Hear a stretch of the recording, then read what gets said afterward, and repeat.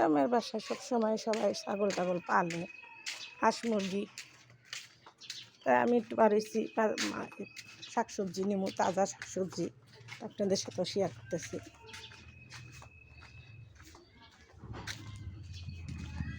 গ্রামের পরিবেশ সবারই ভালো লাগে দেখতে, তা আপনাদের সাথেও শেয়ার করতেছি।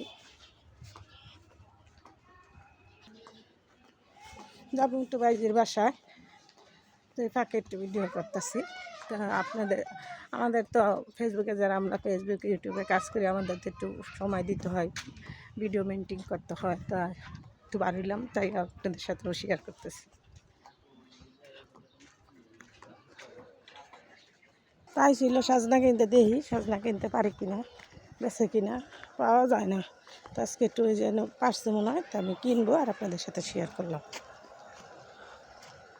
তো সাজনা পাইলাম না, নিয়ে নিলাম করে সাজনা শাক।